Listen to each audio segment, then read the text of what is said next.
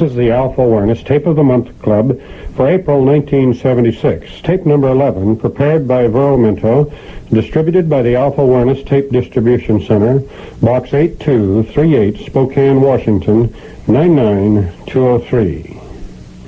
Problems and Releases. Problems and Releases.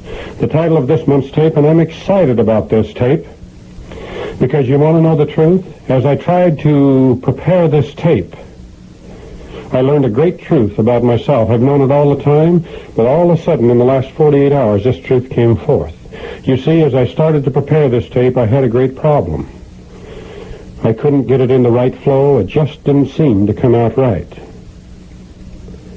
It just wouldn't go together right. I had a problem. And then the irony of the whole thing came through. This tape is talking about problems and releases. I suddenly realized that I was working with the problem for the last 48 hours, not looking for an answer. And you know how the answer came? It's this simple, and this is what we'll be talking about in this whole tape.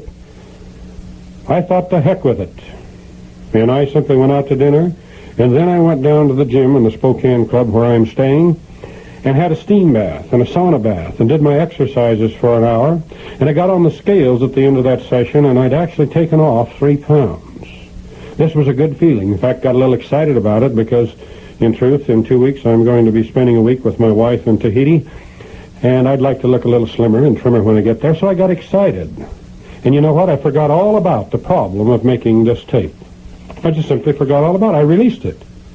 Then I sat down at the end of this exercising cycle and did a 20-minute meditation, and the answer was there, and it was so clear, clear, clear.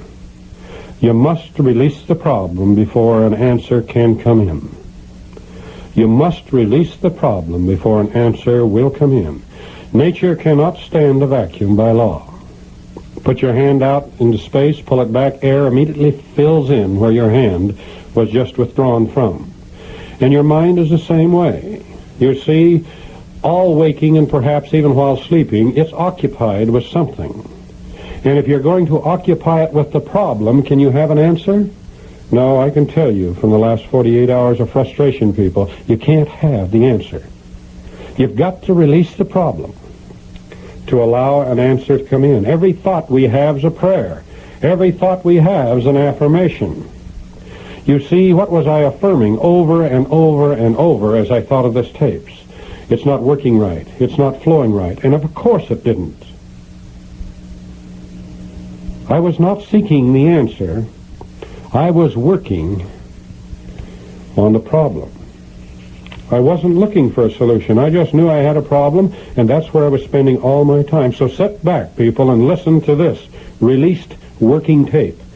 Because after I release the problem, I have twice the material that I can possibly get on this tape. But let's go ahead now and examine problems and releases. Means I've just had a great demonstration. And how to really make them work. Let's examine problems perhaps first and then the releases just a little later. You see, I'm excited about this because no matter how long you teach, no matter how long you're in this field, all of a sudden a new aha, yes, it worked for me, came through. And it's clear for 48 hours I really prayed for the problem. I was affirming it over and over and over. And I got my mind off of it, and the solution was right there. And you know something? That solution was there 48 hours ago, wasn't it? I didn't think of anything new. There's no great lightning bolt. It just simply was that I wasn't seeking the answer. Any problem you have in your life right now has an answer if you'll quit frustrating over that problem and open your mind and allow an answer to flow in. Now think about that a moment. Circle with it. Any problem you have at this moment has an answer. You're not going to create anything new, anything wild. In fact, there isn't anything new. It's like the new energy source. Is there going to be a new one? No, somebody's just going to open up their mental mind and get a solution to how to use the energy that's already here, the sun, the wind, or gravity. So the answers are already here, but we spend most of our time praying or affirming the problem, not releasing and letting an answer come to us. So people, I no longer have a problem with this tape. Hang on, here we go. You see, that's why it's important for the businessman to go golfing 3 days a week. I would pay him extra to go golfing 3 days a week. He comes into his secretary and he's all uptight, and he has about 15 letters, and he hands them to the secretary. He said, "Here, answer these." She has no idea what to do with them. She says, "What should I do?" He said, "Don't bother me, I'm going golfing. You take care of them." And he goes out golfing, and he's gone for 3 hours out on the golf course, and he forgot the letters totally. He had a problem with them. He didn't know what to do with them, or he would have told the secretary in the first place. He comes back from golfing, he walks in, and the secretary looks up at him with maybe a concern in her eye of whether I should ask him about them. He sees that concern, he recognizes it, and he walks over and he said, "Oh, that's simple. This first letter do this, this next letter do this do this with this one." He goes through the whole packet of letters, giving instructions. But you see, while he was on the golf course, what did he do? He released the problem that he'd been locked into. And all of a sudden, subconsciously, consciously, it doesn't matter, the answers were there. So releases and problems. What is a problem? For the sake of this tape, now circle with me, and don't judge it too harshly till you've listened to all of the material. For the sake of this tape, let's view the whole world as one big, massive problem. Now, how do you get rid of a problem? If you got a problem, how do you get rid of it? Well, the simplest thing in the world is just to get yourself a new one, people. Just get yourself a new problem that you get so wrapped up in that you can't worry about the old problem. You see, I had the problem of this tape. Then I went down to the gym, and I had the problem of lifting a 125-pound weight 30 times, of doing 25 sit-ups, and the steam room for a period of time, and then seeing the results of 3 pounds off. And you know, I forgot all about the problem, and when I came back, there wasn't one. How many times in our life have we stewed and stewed and stewed, worried and worried, concerned over a problem? And sometimes, you know, when it happens, there wasn't anything there to worry about. Examples. If you've got an old house, you've got a problem, correct? The paint's chipped off and the ceiling is hung down in one corner. Now you go out and buy a new house. Now what do you have? You got a new problem. You got a new tax structure. You got a new neighborhood. You got to make new friends. You got a brand new problem. So you eliminate one problem. Remember, you can't have a vacuum. So if you really want to get rid of a problem, you've got to simply change to a new problem. And the moment you do, then the old problem doesn't bother you anymore. You see, if you've got the problem of poverty, go out and learn the technique of abundance and get so excited over abundance that you forget the problem of poverty, and you will be abundant. So for the sake of this tape, for the sake of us now, let's view the whole world as problems. All we need to do is to get a new one and become so excited about it that the old problem isn't of any concern anymore. You see, for the first 20 years of your life, approximately, in all of our lives, all we did was solve problems, correct? We went to grammar school and kindergarten and then high school and then perhaps college or a technical school. And wasn't that exciting and fun? We were learning. And all we were doing for the major part of the day and our homework at night was solving problems. It didn't bother us a bit. And you know why it didn't bother us? Because the teacher was always there, and we knew if we didn't understand the problem, the teacher had the answer for us. And that was security. We just knew the teacher had the answer. Then we grew up and left the school environment. Now we're out on our own, and there's no teacher standing in the back of the room saying, "Yes, I've got the answer." But think a moment, people. Circle. Do you realize that there is an answer? The knowledge is there. For any problem you have, there is an answer. And it's there now. All you need to do is to forget the problem and seek the answer. When I teach Alpha Awareness, I don't give any people any answers, and many of you have taken the training. I just give you a whole set of new problems during the week. Do you realize that? I give you the problem of how to smile and sing 3 songs every morning, and to say good morning, God, and to be healthy, and to be abundant. And if you get excited about these problems, you'll forget about your being sad, being lonely, being in poverty. And if you forget about these problems, then the new problem manifests within your life. And you will smile, you will be healthy, you will be happy. Nature has no vacuums, so neither do you, people. Just decide what problem you want for today. Do you want happiness? Then make it a problem of smiling at everybody you see as you walk down the street. Everybody you see in the grocery store. Make it a problem of smiling at all of these people, time after time after time, and you'll get wrapped up so much in that problem that you'll forget to frown. You won't have time to do anything else. So let's not shy away from problems in our life. Let's become totally aware that the world is a bunch of problems, and let's just make them all good ones. You see, if you've got a husband or a wife, you got a problem, haven't you? But you know, if you went out and got a new one, you just have a new set of problems, and you just decide which problem you want the best, that's all. This is all well and good, but why do we lock in? Why do we lock into the negative problem area? What is the reason so many times we lock into that? All right, let's explain or let's explore one area here. One area that I experienced in the last 48 hours. It's the word called fear. 90% of any problem is the fear of what might happen. The fear. You see, in dictating this tape, I had a fear that it wouldn't come out right. And people, with that fear, I had blocked myself from making a positive, flowing tape.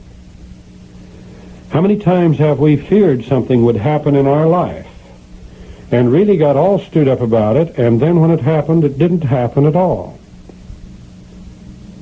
The children don't come home at 11 o'clock at night when they're supposed to be home, and at 12 o'clock they're not there, and 1 o'clock in the morning they come in. In the meantime, your imagination's gone wild. You know something's happened to them. You've even called the police. You've got a 100% problem. And they walk in the door and say, we had such a great time.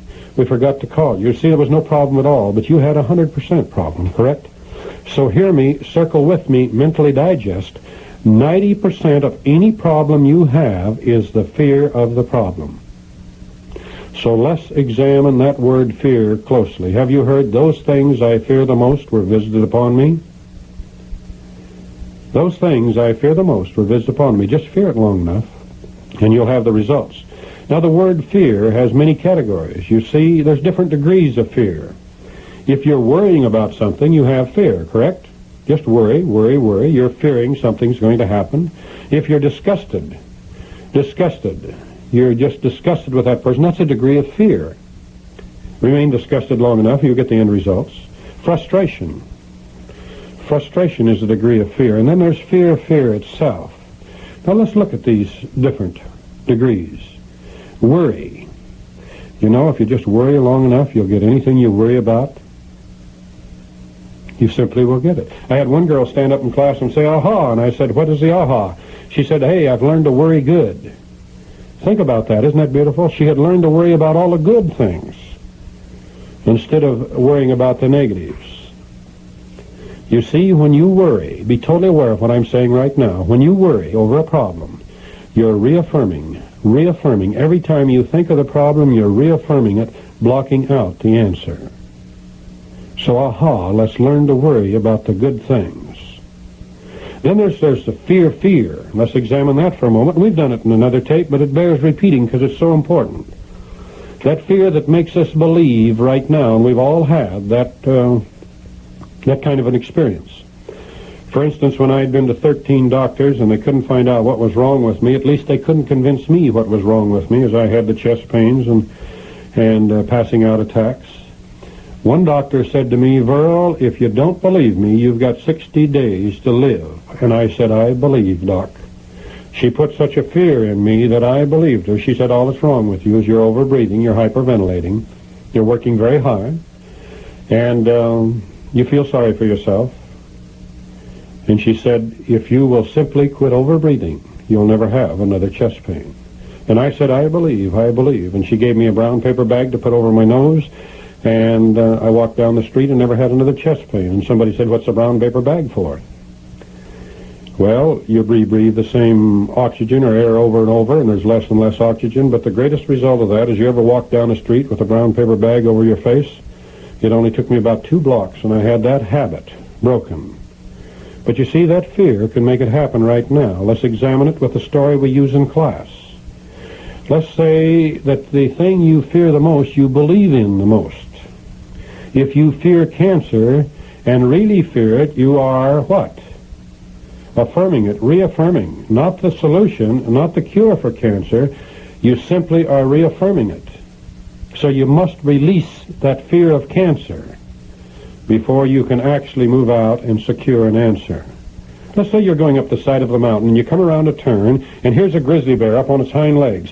What are you going to believe in more than anything else in the world is fear fires? That's right, that grizzly bear. You're not going to think of health, of peace, of happiness. You're just going to believe in a grizzly bear. Fear will make you do that, and down the side of the mountain you come. Let's say you're walking up that mountain all stove up with arthritis. You can barely get up the mountain. And you come face to face with a grizzly bear. What are you going to believe in more than you believe in your arthritis? That's right, your legs are going to straighten right out. You're going to come down that hill 90 miles an hour, and when you get down the hill and look back and the grizzly bear's gone, perhaps then you'll go back and start reaffirming, start facing the problem, arthritis, and your legs will begin to cramp up again. But you see, fear puts a great belief system in us. And usually we fear those things which are not the best for us. We fear on the negative side. You see, if we could just use as much energy as we generated to fear the grizzly bear in seeing our business do $2 million in a year, if you just really worried about that, what would happen? If we could use that same energy to make the most beautiful marriage in the world, what kind of a marriage would you have? If we could use that energy to communicate between father and son, mother and son, or daughters, would we know each other? You bet we would know each other. We would have a successful marriage, a successful business. If we could just learn to fear abundance. If you're worried about too much money 24 hours a day, what would happen? If you could just fear health, good health, not negative health, but the perfect health. Now, I'm not really saying that. What I'm saying is, if we could switch it around and use as much energy to see the positive as we do because we're fearful of the negative, what could happen in our life? We would have that living that we desire. Any problem you have right now, 90% of it is fear of the problem and 10% is the real problem. Release that fear and your mind is not occupied with the fear and that problem. You will now be free to seek an answer. And it's that simple. I'd like to make it difficult. I really would. If there was a big difficult formula, maybe I would have found it 48 hours ago. Because, oh, do we like things difficult? But the simplicity is, all you got to do is get something to get your mind off of it so you can let an answer come in. We have another area we must examine now. Imagination times vividness equals reality. Our imagination is very, very powerful, and vividness means you apply emotion to it, and it gets very vivid, and then you have a reality. Imagination of what could happen coupled with that emotion and that vividness, and you have a 100% problem. Take the fear out of this imagination, take the emotion out, and you will be able to handle it and recognize that it's only a 10% problem. Let me give you some illustrations, personal, of what has happened to me. I went back to teach a class of Alpha Awareness at Coram Avenue in Detroit, Michigan. Jack Boland was the minister there, and I didn't know Jack at that time. And Jack, I found, is a person who does beautiful communication, but respects your rights very highly. And so as we'd finished the seminar that evening to a packed house, we were driving back to the motel, and Jack said, Verl, he said, I recognize you came in this morning, and you were the speaker at both services, and you gave a 4-hour seminar this evening. And I know you want your rest, so let's not talk now. I'll meet you at 9 o'clock tomorrow morning, and let's have breakfast. And so I was up and ready at 9 o'clock and no Jack, and at 10 o'clock Jack hadn't shown up. My imagination began to play. How come Jack hasn't shown up? Then it got more vivid by 11 o'clock, and I began to think I must have done something that Jack didn't like in the seminar, and he doesn't even want to call me. By 12 o'clock I couldn't stand it anymore, and I picked up the phone. And as I picked it up, it was amazing because it was like it wasn't working, so I tested it. I said hello. And a voice on the other end said, hello, hello. He said, is that you, Verl? He said, isn't this amazing? This is Jack Boland. He said, I got tied up this morning in an emergency. I could not come in. I couldn't phone you. He said, I'll be down in 15 minutes. Let's have lunch. That was a fantastic seminar last night. But for 3 hours, what happened to me, because I let my imagination play on it. And we've all done this, haven't we? We've all done it. Your boss walks by and doesn't say hello, and immediately you begin to fear you've done something wrong. And if you continue to fear that, you'll frustrate all day. Where your imagination takes over, and then it gets vivid, and your reality is, what have I done to make the boss uptight? And perhaps he's just too busy at that moment to see or notice you. So you see, 90% is the fear of. Recognize that. In fact, you ought to take a felt pen and write I times V equal R on the palm of your hand. And every time you start to let your imagination run away, that this could be the problem, take a look at that, and then get some facts very, very quickly, and it'll go out the window for you. Another example of this. I was with my daughter Carla in Chicago, and my daughter Carla, some of you have met, is a very beautiful young thing, both mentally and physically, a honey blonde and about the right stature, both in the physical body and very beautiful in her thoughts. And rather naive, at least Dad likes to think she's naive. And we were in Chicago, and she said, Dad, I'm going to go down and go shopping for a pantsuit. And I said, Carla, this is not the place for you to just be running around by yourself. I will go with you. And she said, okay, Dad. But I slept a little late that morning, and I get up, and here's a note on the dresser, and it said, Dad, have gone shopping. We'll be back at 2 o'clock. Love, Carla. So I waited till 2 o'clock, and my imagination was okay to that point. But when she didn't show up at 2:30, I began to imagine what could have happened to Carla. And for some reason, we like to go to those old negative problems, don't we? And at 3 o'clock, she hadn't shown up, and now I begin to think, boy, I shouldn't have let her go. She shouldn't have done this. At 3:30, she hadn't shown up. Now, she has to be with me at 5 to go into class.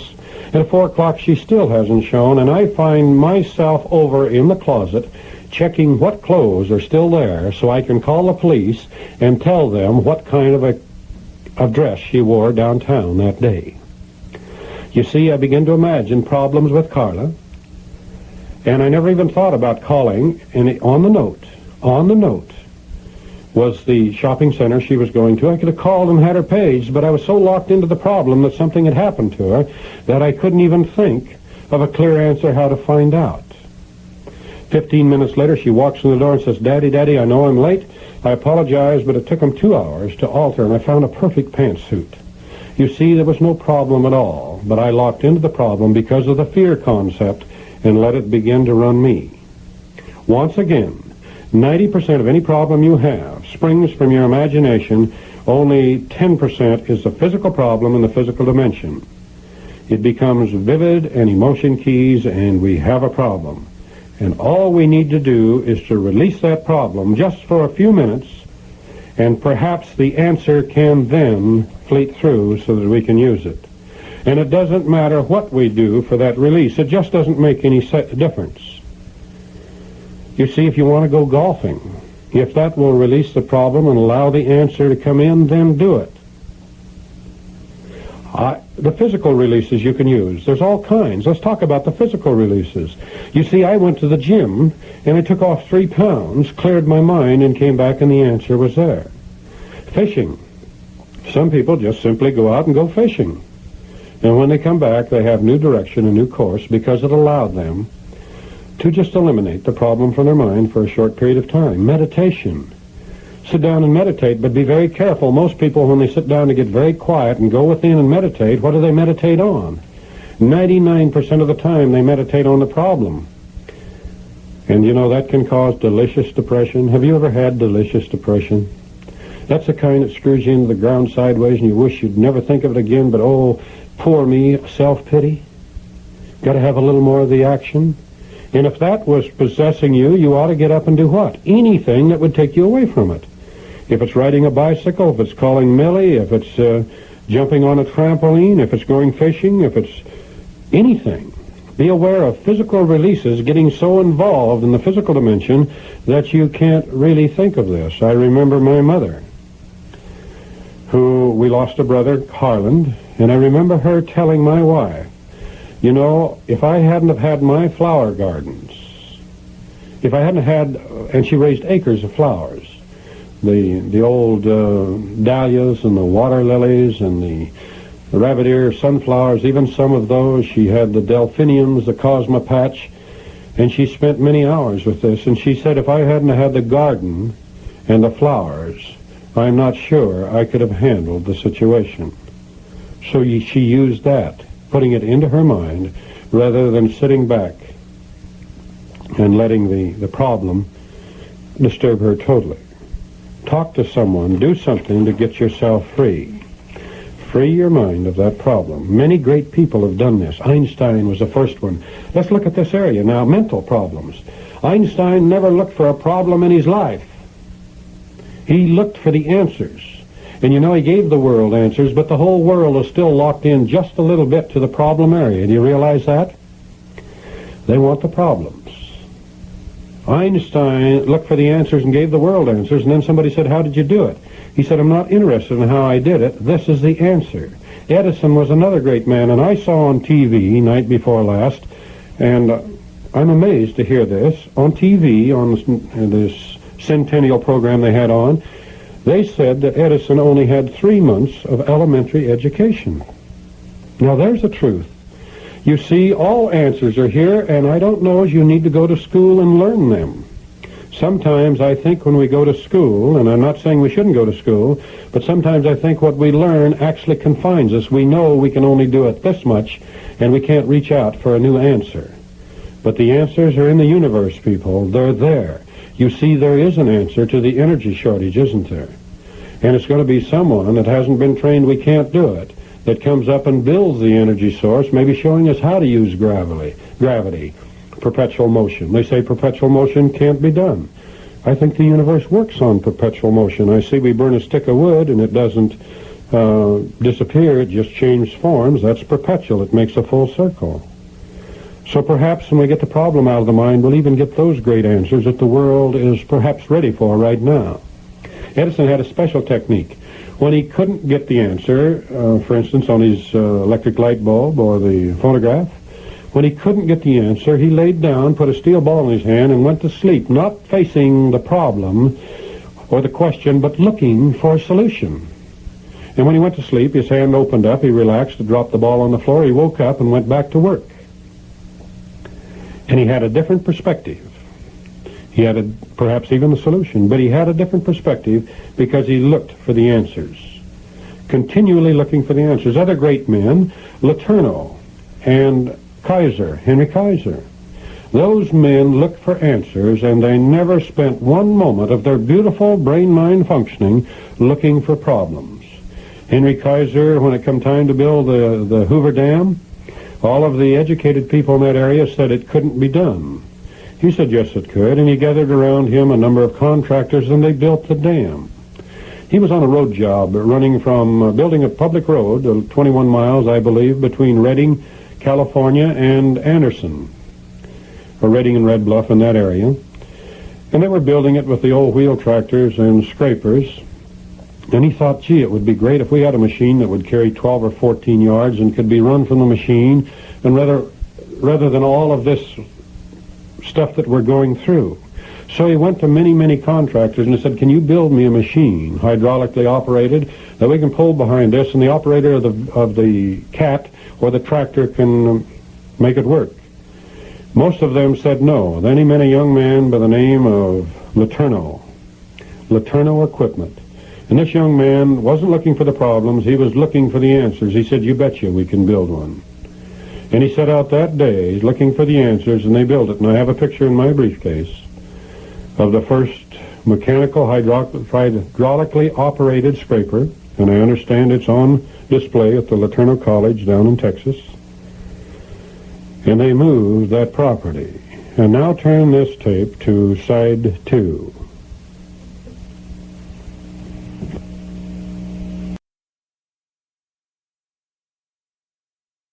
The answer's there, and the man that looked for the answer.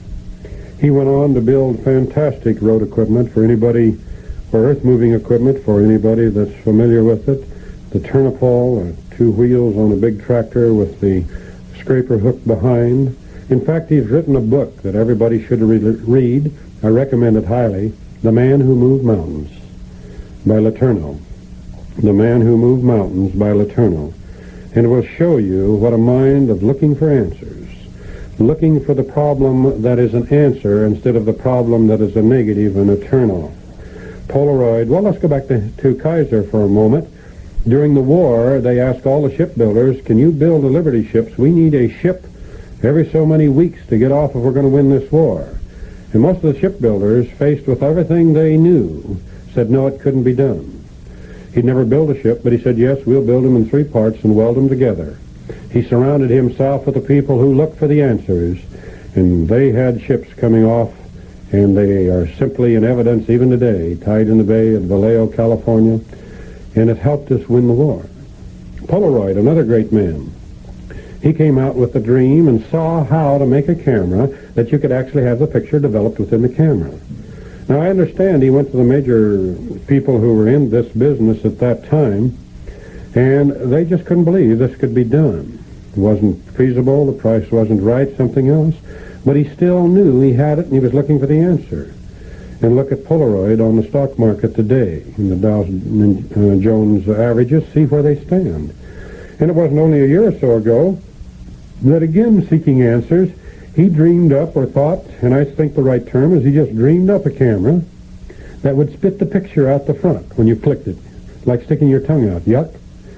All right, he thought of this. He went to his staff, as I understand, and said, all of the people that believe we can do this, let's get together and make it. And those people that knew they could do it, that looked for the answers, then got together, and I've had my picture taken with one of them. They're amazing.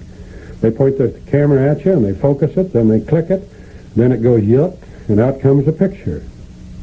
And 15 minutes later, 10 minutes later, you got a beautiful Polaroid in color snapshot of yourself. So you see, that answer was there. It came out of the blue, but any problem's got an answer. Spend no time on the problem. Spend all your time on how to receive a solution.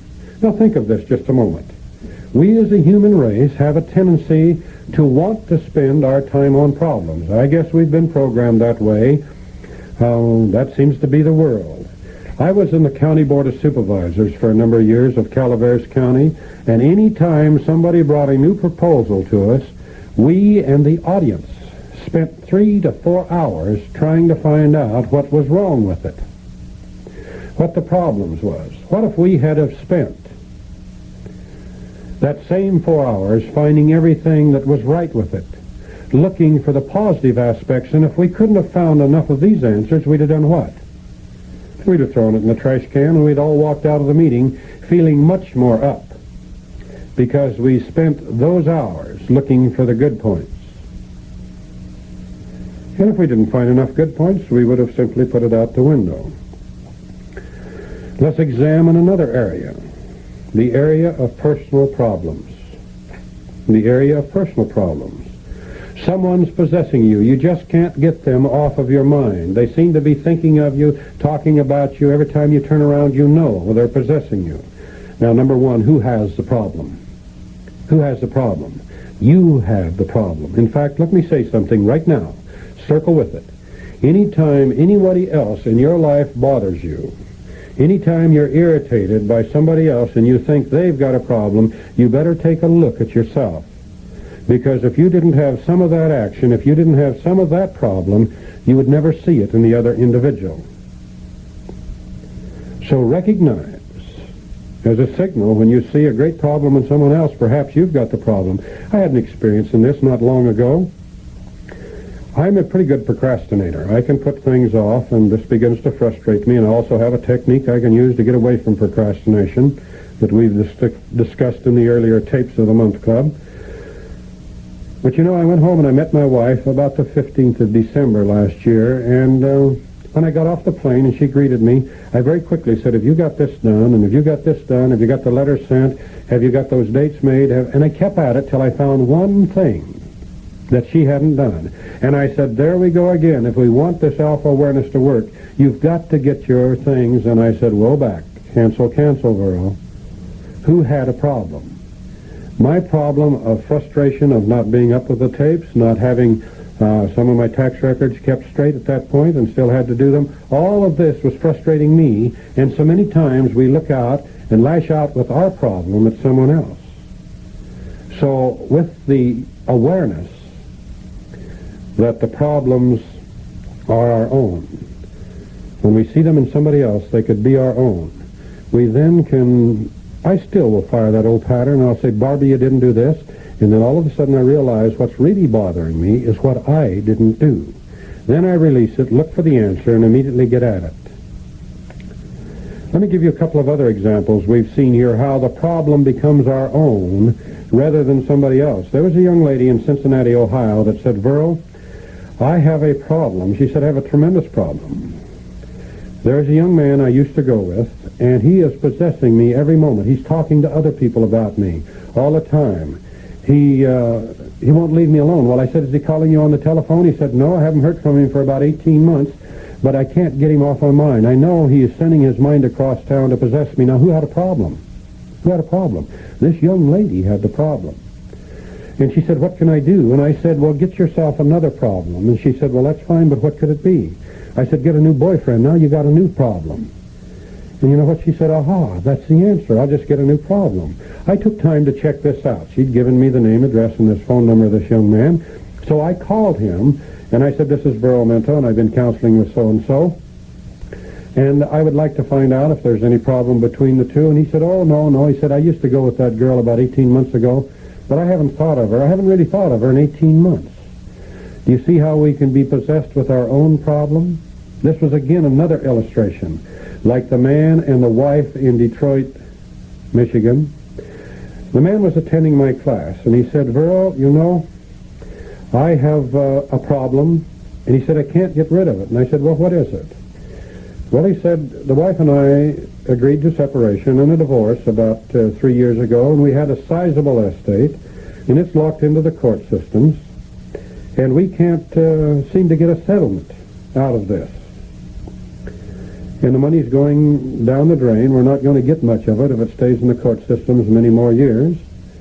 And he said, "What can we do?" Well, I said, "Give me some more background." Well, he said, "I've been through a training class where I program the wife every morning. I simply send out a message every morning that she can't have any of that money. I deserve it all. And I also program the judge that he can't have, that he can't give any money to the wife. It'll all come to me."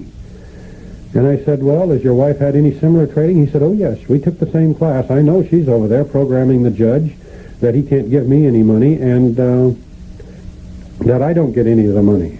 He said, "What can we do?" I said, "Why don't you release it? Why don't you write it down on a piece of paper and just say, 'I release it to divine right action,' and then forget about it for 3 or 4 days. Every time it starts to come to your mind, think about grasshoppers, think about blue sky, think of something else consciously. Do not let this come on your mind." He said, "Okay, I'll do it." And you know, 3 days later, he came in absolutely thrilled and excited. He said, Verl, I got a call today, and the lawyer told me we could settle on this basis." And he said, "That's more money than I ever thought I would get out of it." And he said, "But I got to tell you something else here. I don't understand." He said, "The lawyer," when I said, "Yes, I'll accept it, the lawyer said, "No, wait a minute. How come for the last 6 months you have told me no to this proposal?" Well, he said, "You never proposed it before." He said, "I certainly did." He said, 6 months ago I went in to visit the judge, and the judge says if they will settle on this type of a settlement, I simply will make the settlement right now. He said, "I've called you once a week and proposed this to you, and you have refused it every time. What happened here?" You see, he got so involved in the problem that the wife wouldn't get any money and the judge didn't give any money that he had programmed himself so solidly that he didn't even hear the proposal. Remember this, you keep the original of anything else, anything you do, and only give the carbon copy away. And if you're going to send a message every morning to the judge, you can't give any money to the wife, and to the wife that she can't have any money, and that's not the way it's to be settled. You're not going to get a settlement. Now be totally aware. Who had the problem?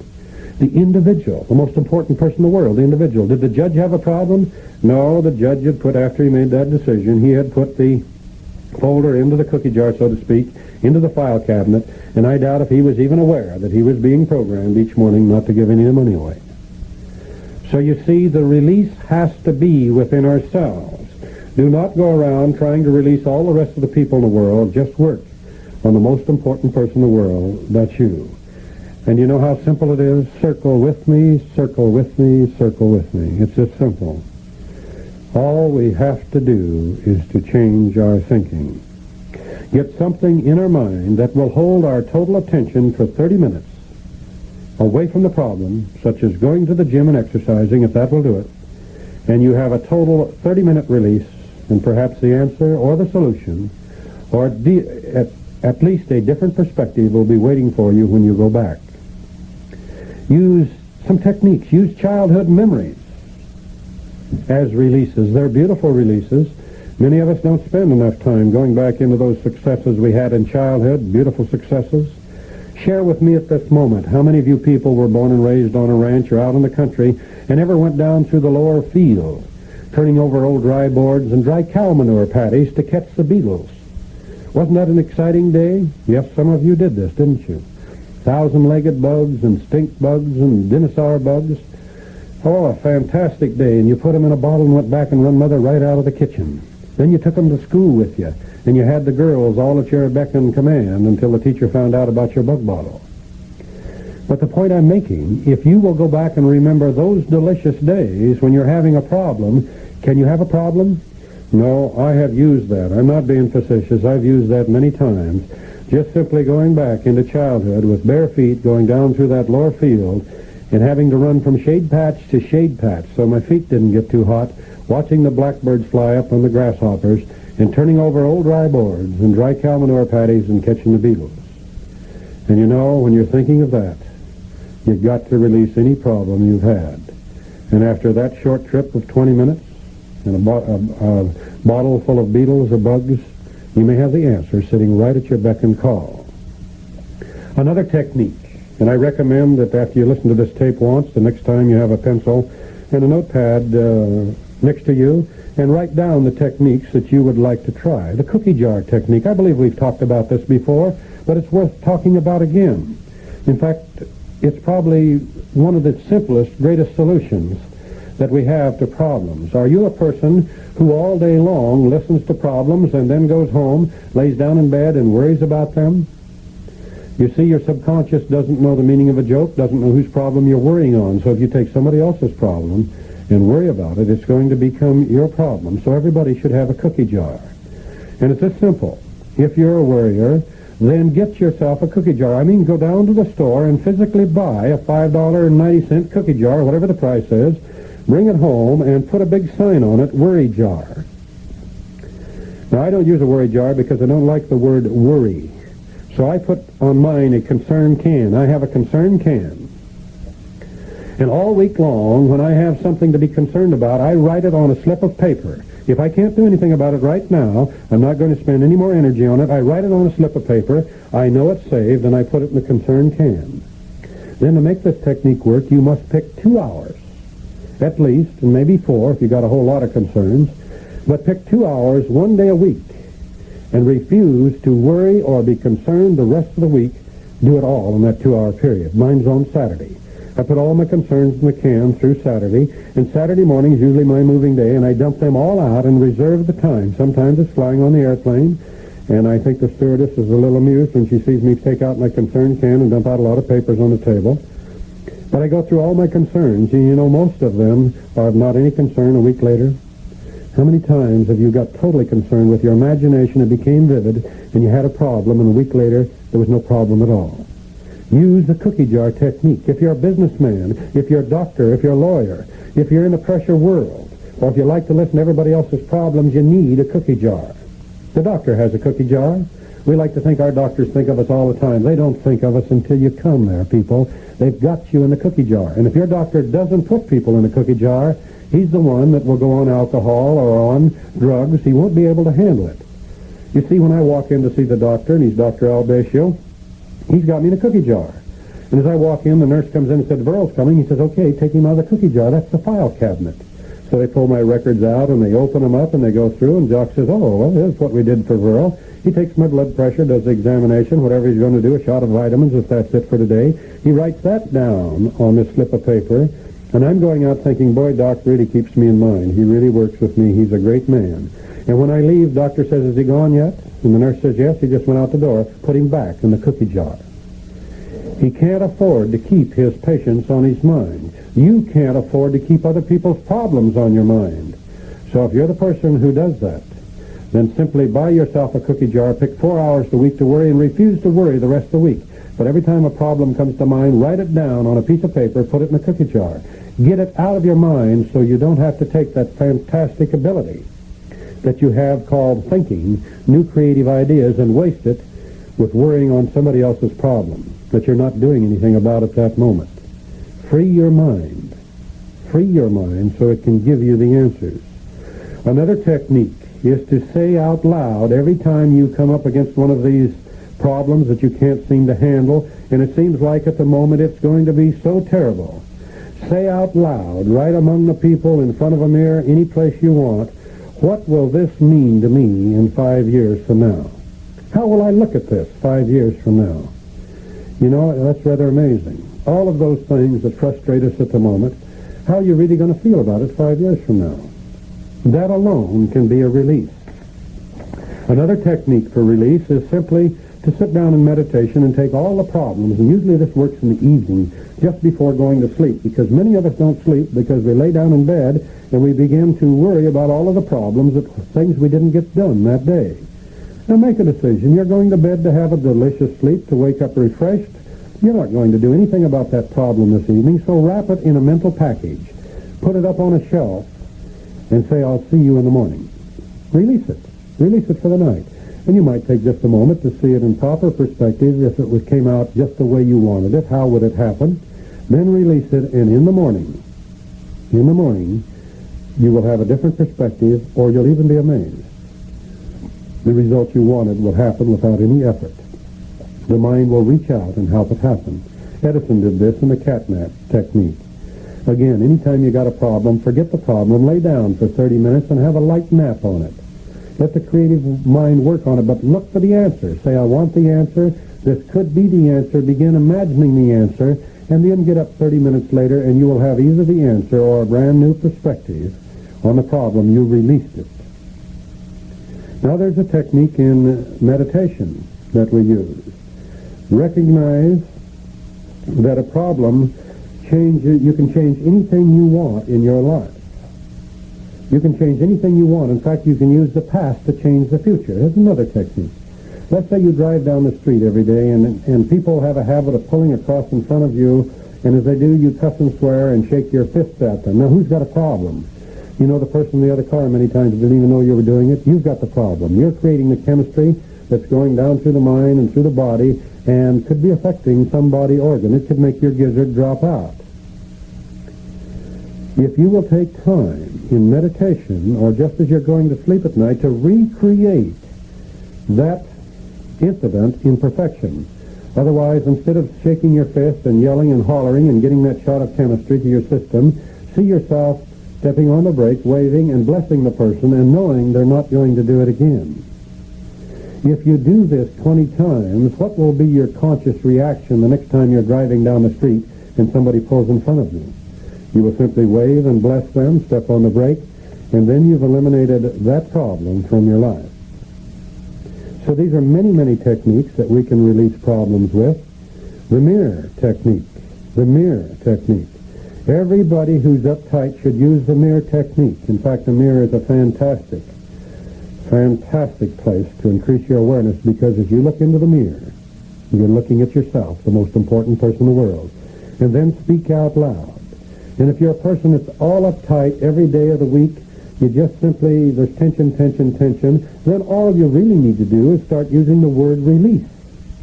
Write the word release across your mirror, and easy and relaxed if you want. Right across your mirror, 4 inches tall, so that when you comb your hair in the morning, what are you looking at? Released, easy, and relaxed. And then all day long, everything you see, release, easy, and relaxed, and walk down the street and say an easy tree, and there's an easy building, and there's an easy policeman, there's an easy lady, there's a relaxed dog, there's a relaxed fireman, there's a relaxed car. Keep using these words, because each time you put them on your mind, they are forming that brain cell impression, so when tension begins to fire, you'll have the pattern to combat it. And many times it's much easier to release the problem before it gets there. Much easier. Think about it. You see, when I'm all uptight and I'm tense, I will have a tendency to say, boy, I am tense, but boy, I'm going to relax. Oh yeah, but I'm tense. Okay, now I'm going to relax my whole body, but boy, the neck hurts. There's tension there. You see, when you've got the problem, sometimes it takes a lot of mental stability to release it. But what if you just released all day long? So use that word, released, released. Start out in the morning with released, I am. Released, I am. Relaxed, I am. Relaxed, I am. And use it in your vocabulary all day long. Then when that problem arises, many times you will not have to deal with it in tremendous decision-making because you've already got the form, the pattern on the brain for releasing. Let's examine another area. So many areas, and they're beautiful. Like I said, I've still got 22 pages to go through, and I've got 7 minutes to do it in. So we'll stop when the clock runs out. Decisions. How many of you sit down and said, when I've got one decision, I've got 1,000? Decisions, decisions, decisions. Here again, we must apply the technique of release. When you can't make a decision, don't. Isn't that simple? When you can't make a decision, don't. Release it. You see, if you can't make a decision, what you're really saying is I don't have enough information, right? But as long as you frustrate over the problem, you can't make a decision. That can go on for 6 months. So clear your thinking, go golfing, go someplace else. Get on the phone, write some letters, get some more information, because as soon as you've got enough information, you no longer have a problem. You don't have to make the decision with the proper information. You see, if you've got a puzzle, and it's got 4 missing parts, all the pieces are in there, but there's 4 missing parts. Will any decision in the world put those parts in? No, don't try to make a decision. Don't frustrate over the missing parts for the next 6 months. Get down on your knees and look under the furniture. There's 2 of the parts under the refrigerator, and there's 2 under the divan. Now you don't have any decision to make. Put the parts in. So remember, when you can't make a decision, don't. Now don't simply just let go and forget it. When you can't make that decision, it's a signal that you've got to go out and look for some more parts to the puzzle. And as soon as you find the proper parts, there's no decision to make. A little girl in Chicago had perhaps the simplest and the best release that I've ever heard of. And it was this simple. She said, Verl, when I can't handle it anymore, I say, what the hell? You know what that's saying? I release and I let go. I open my mind now for the wisdom and the beauty and the answer to come in. Miracles happen. Miracles happen with total release. When it's no longer can handle the problem, we see it. You see miracle cures in medicine, in cancer. Miracles.